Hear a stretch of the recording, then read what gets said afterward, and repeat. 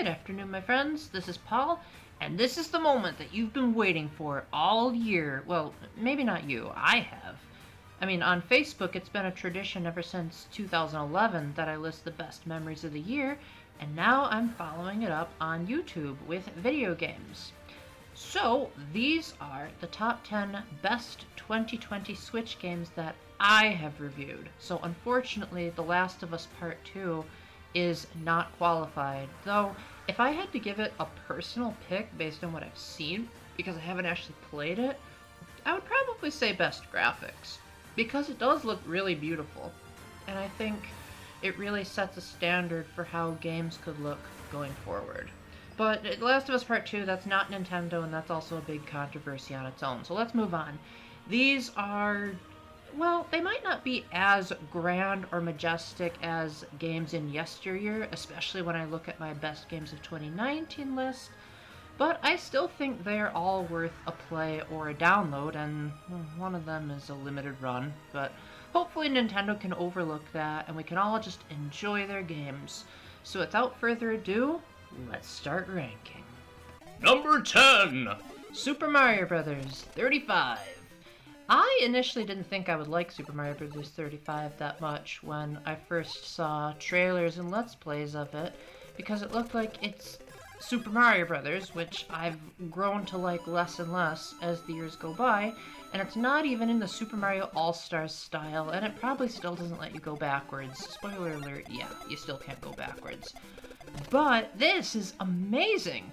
While I think it could use a little bit of refinement, especially some of the things that Tetris 99 does better, but this is overall one of the best online multiplayer games I've ever seen Nintendo do. In fact, I would say it's the single smoothest performance I've ever seen on Nintendo Switch Online, and I would dare say if you've held off on getting the service, you might end up changing your mind with a game like this.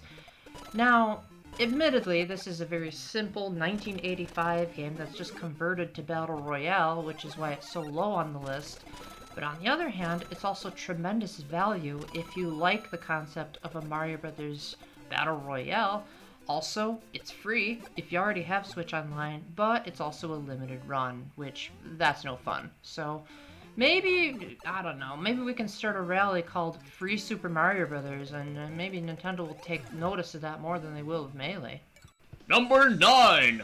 Tokyo Mirage Sessionji Shaperi. Okay, besides the fact that they haven't dubbed this in English, still, and this is a re-release of a Wii U game, this is still a must-buy for people that thought Nintendo was totally off their game in 2020, and the only notable release was Animal Crossing New Horizons. This game came out first. However, while it didn't have a whole lot of revolutionary new additions, it really just had some additional story content and a very, very small handful of quality life improvements. It also allows audiences who were scared off of Tokyo Mirage Sessions the first time around to give it a second chance. While the Fire Emblem representation is laughably pathetic, there's still no English voice acting, and some of this Japanesey stuff just really grinds my gears. It has a wonderfully exciting battle system and some incredibly over-the-top animations that almost never get old. Also, there's a costume of the Garrigmach Monastery outfit that you can unlock, and yeah, they actually acknowledged Fire Emblem Three Houses, so yay for that. Number 8! Animal Crossing New Horizons. Setting aside the intense betrayal and backlash Animal Crossing Amiibo Festival built with it, Animal Crossing New Horizons proved that Nintendo wasn't totally out of their game. They were just a money-hungry, greedy corporation during that weird time period when Amiibo Festival came out. New Horizons manages to improve on nearly every facet from the original Animal Crossing formula, besides maybe the character interactions. That's up for debate. And it also provides a lot of new quality of life features, as well as allowing you to really express yourself in more ways than ever before. You can terraform the island, you can choose where the buildings go, you have more say over your appearance. And not only that, but the fact that the island starts out as this deserted island and you slowly build it into a thriving metropolis It adds a little bit more story to the game than originally existed, and for someone that wishes that nearly every game had a story mode, that's high praise coming from me. Now, admittedly, the reason why Animal Crossing is so low on this list for me, when most people would call it Game of the Year, is because most people treat games based on how they impacted the culture. That's not how my lists work. I list based on my enjoyment. And overall, I got so burnt out of Animal Crossing that I couldn't find it in myself to rate it any higher. However, the fact that it's on the number 10 list is amazing, to say the least. And I definitely hope that the continuous updates will allow this game to be even more amazing going into 2021 and beyond. Number 7. Paper Mario, the Origami King. This game, by far, deserves to be the Last of Us Part 2 of the Nintendo scene, as I can't think of a single game that divided the Nintendo fanbase more than this one that was released in 2020. Or at the very least, I'm doing a bad take, and I just can't think of one at the moment. I personally find myself somewhere in the middle. While it is true that there are elements of the first two Paper Marios that work really well, and I don't know why they were removed to begin with, on the other hand, I appreciate Origami King for what it is, and its highs are really high. Sure, it's really terrible that the character models are so basic and non-creative, but on the other hand, Origami King does a great job of adding character development to its cast, especially Olivia, who managed just to be such an adorable and charming side character. In fact, I would actually say she's the best new character of 2020 that isn't a protagonist. The ring battles, while they can be a little bit tedious in the harder difficulties, are a great concept at first. And I also really like the music, I love the graphics, and I think this game has a lot of memorable set pieces that are overshadowed by people not liking the rest of the game as a game. However, with the partners being changed to situational, it allows for the characters to have more staying power, and thus they're not just tools to get you through the adventure, but you feel like they're your friends. And so I think the strong narrative that Origami King provides is a great step, and honestly, if they can just fix the problems with the IP team and actually allow the creators to have really amazing character designs, we could be seeing an amazing future for the Mario series and storytelling. Just hope Shigeru Miyamoto is tied up and put in a cage and fed with a stick when they make the next game. Number 6. Kingdom Hearts, Melody of Memory. I have never played a Kingdom Hearts game, but I have to admit that as confused as I was, even I had a blast going down a trip down non-memory lane, I guess that would be called Amnesia Lane, of some of the best songs in Kingdom Hearts history. However, even fans like me could appreciate the track selection, as there were some phenomenal orchestra pieces, and since Kingdom Hearts is a crossover between Final Fantasy and Disney, it also gave me an excuse to have a couple of Disney songs on my Switch. I mean, who wouldn't geek out at the possibility of hearing Circle of Life, Under the Sea, admittedly the instrumental version, and even Let It Go from Frozen, all in the comfort of wherever you want. Overall, the game itself it's another rhythm game. The graphics are pretty terrible, and I didn't understand a word of the new epilogue, but on the other hand, I had a lot of fun bopping to the rhythm of some amazing orchestra pieces. I love being able to tell my friends, hey, guess what? I have a game that plays Disney songs. And I'm also really excited that they even incorporated the Calling remix from The World Ends With You into one of the songs. So it may just be fluffy fan service, and it may be a passable rhythm game, but it's still a jolly good time once you get past the rhythm aspects. Number 5. Ori and the Will of the Wisps.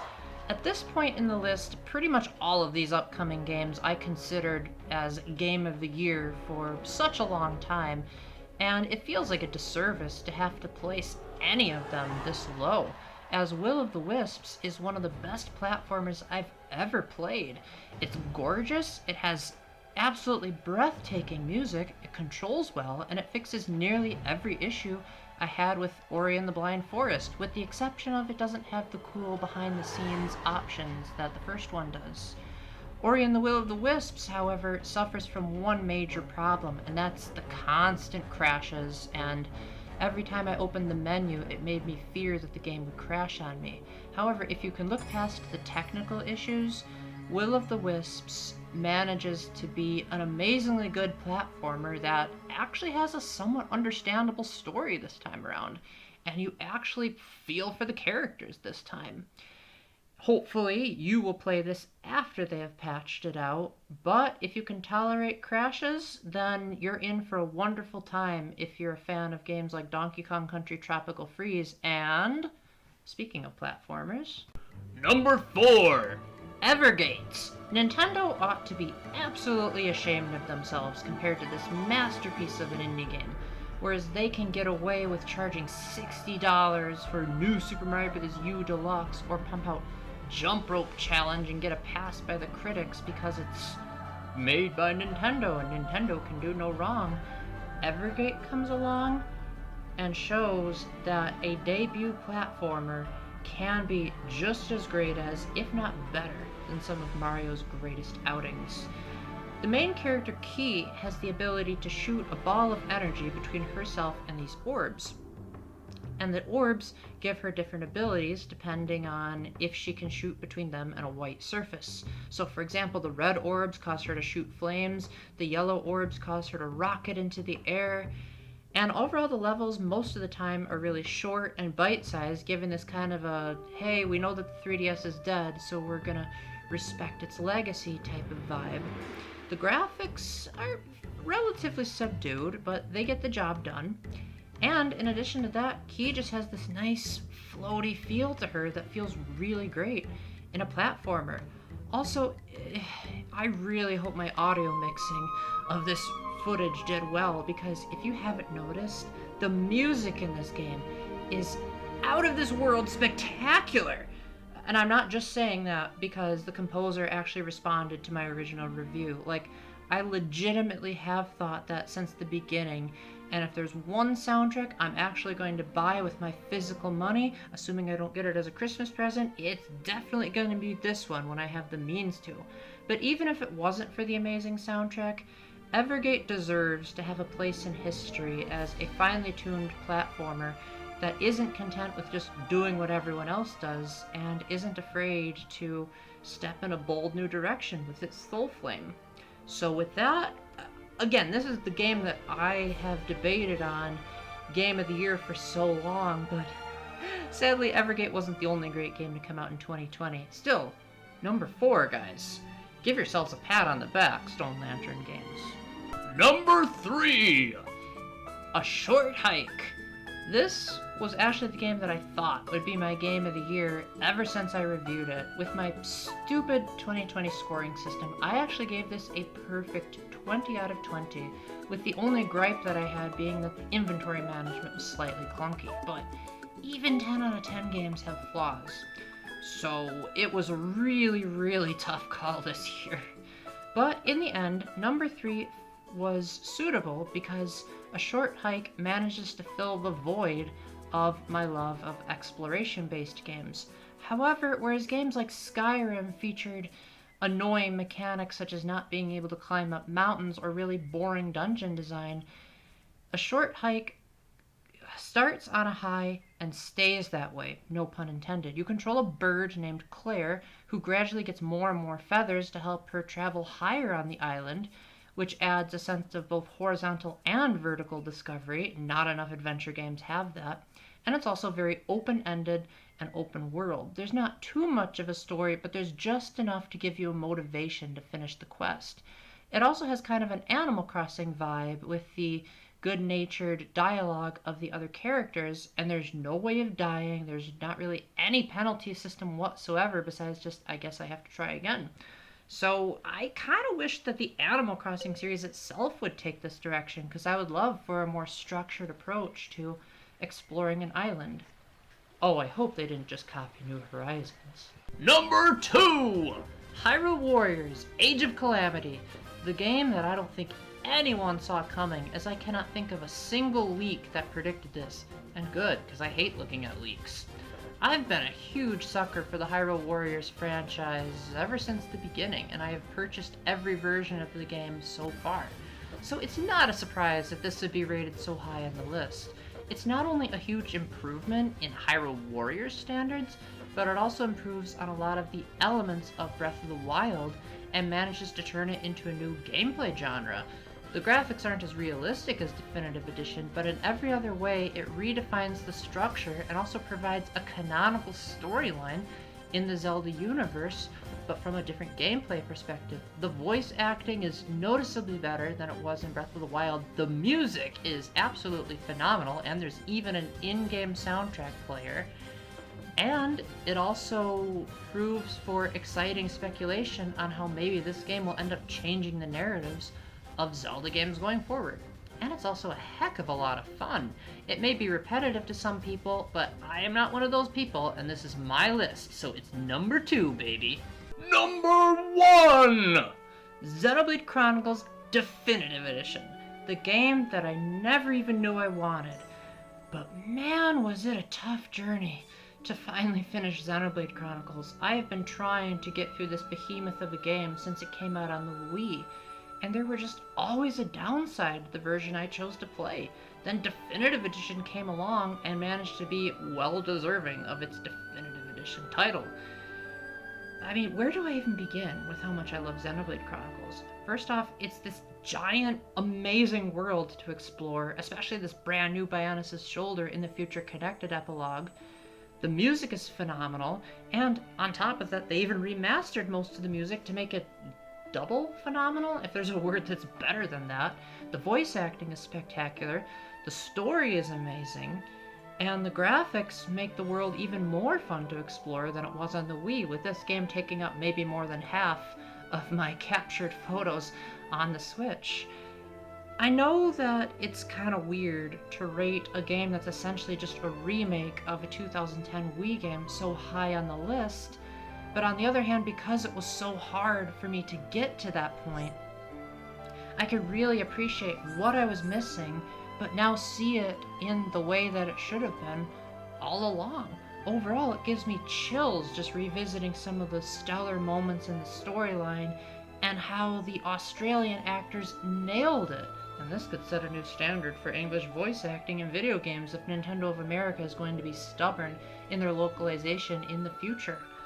I cannot recommend Xenoblade Chronicles Definitive Edition enough, even if you've already played the original game, as the new epilogue presents this gorgeous world to explore, and while the story may not be as good as the main game, it's still serviceable enough to tie up a handful of loose ends with regards to Melia and the Telethia.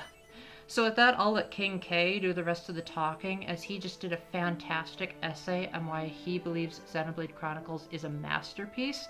And while I don't agree with every little thing he says, I have to agree with the title. This truly is one of the best JRPGs ever made. And if you guys are a fan of the genre, you owe it to yourself to try it on Switch, as there's really no better way to do that. With that, thank you for watching my list of the best games of 2020. Have I missed out any? Please let me know in the comment section, especially if I reviewed it and you think it was deserving, and you want to know why Coffee Talk didn't make it. So, again, thank you very much for supporting me through all of this and putting up with some of my mistakes on some of these clips. It was a lot of fun to make this list, and I've really enjoyed reviewing these games. So I hope you'll join me in hopefully another year of greatness and possibly duds in 2021. And until the next time, keep the faith, stay epic, God bless, and I wonder what game will get the Definitive Edition treatment next. Bye!